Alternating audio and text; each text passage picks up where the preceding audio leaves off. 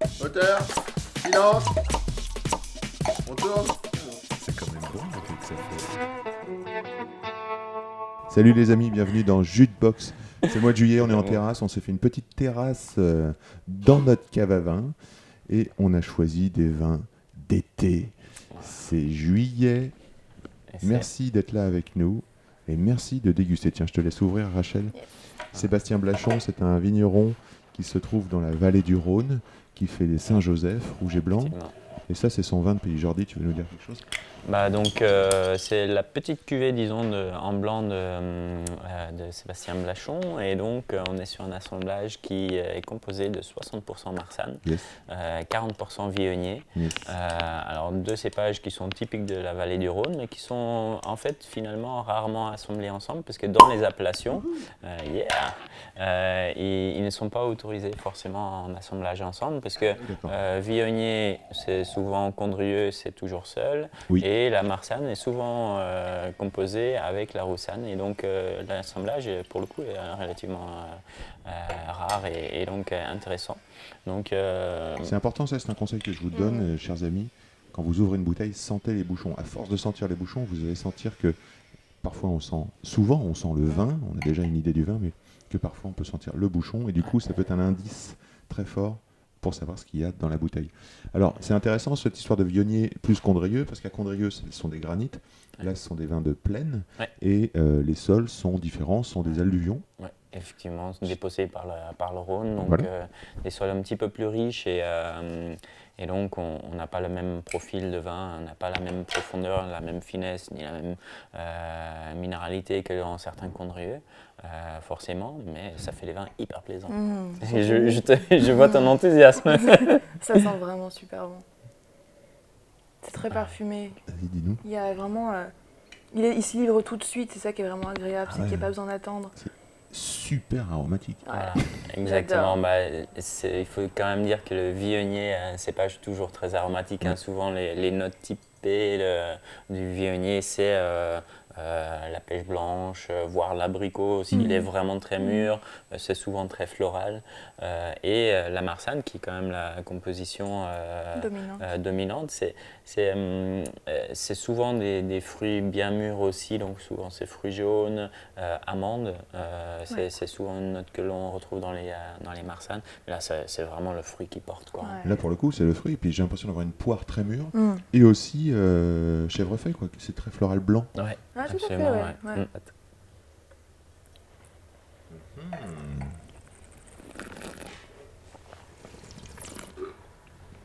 La bouche suit complètement le nez. Hein. On retrouve ces sous arômes de fruits. On va retrouver un petit peu plus le côté floral, je trouve que Yann disait. Enfin, je le détecte un petit peu plus, pas aussi bien en bouche en tout Et cas. on a vraiment cette gourmandise Ouais. dans le fruit Plaisir. aussi, hein, Complètement. c'est vraiment généreux, c'est rond, c'est souple. Faible acidité. Faible Faible acidité, acidité, ce qui ouais. est normal pour les cépages. Et donc, Mais pas mou. mais pas mou du Ça manque tout, pas de non, fraîcheur c'est du pas, tout. pas mou du genou. Et en fait, ce qui est bien, c'est qu'on a des très beaux amers sur la finale. Et c'est ça qui finalement prolonge le vin, qui fait la longueur et qui fait l'équilibre du vin. C'est les très beaux amers qui... Alors, la température de service, frais, Oui.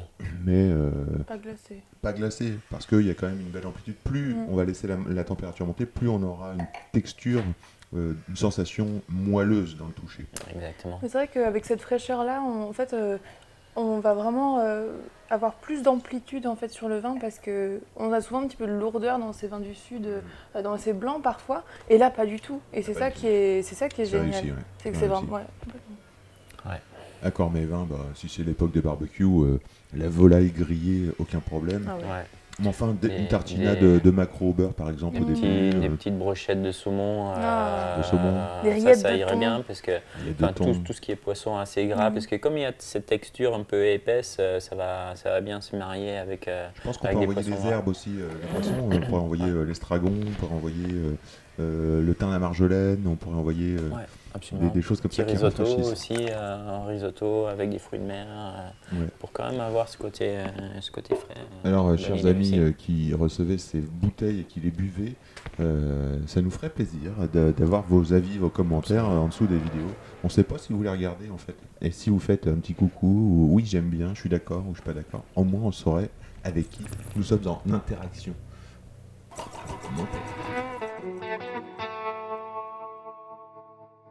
Minou.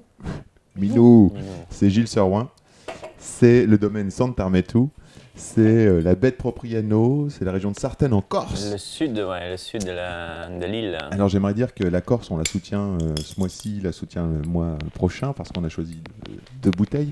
Mais surtout, notre sélection de vins corse, c'est chaque année au mois de mai, juin, juillet.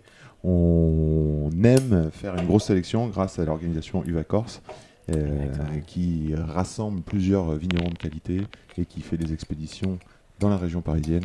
Et ça nous permet d'avoir ces vins-là Ouais, en rayon et à la cave tout le ouais, temps. on adore parce que finalement, souvent les gens ils ont l'image des vins corses, des vins puissants, profonds, alcooleux, des fois. Alors qu'il y a une énorme diversité dans les vins corses, parce qu'il y a aussi des cépages endémiques très différents, qui donnent vraiment des styles de vin très différents. Et puis il y a des terroirs très différents aussi entre le nord, le sud, l'ouest. Ça donne pas du tout la même chose. Alors là, Le nez est hyper aromatique immédiat. La Ouais. robe est assez La claire. robe, elle est claire, pour hein, un vin donc, corse. Alors parlons du Chacarel. Alors composition de ce vin-là, c'est Chiacarel avec Nieluch et donc un peu de Syrah. Et donc finalement, Chiacarel, ça donne toujours des vins plutôt clairs, hein, une robe un peu à la bourguignonne. Ça fait souvent penser à des robes comme le Pinot Noir de Ouais, Bourgogne exactement. ou Grenache dans le Rhône.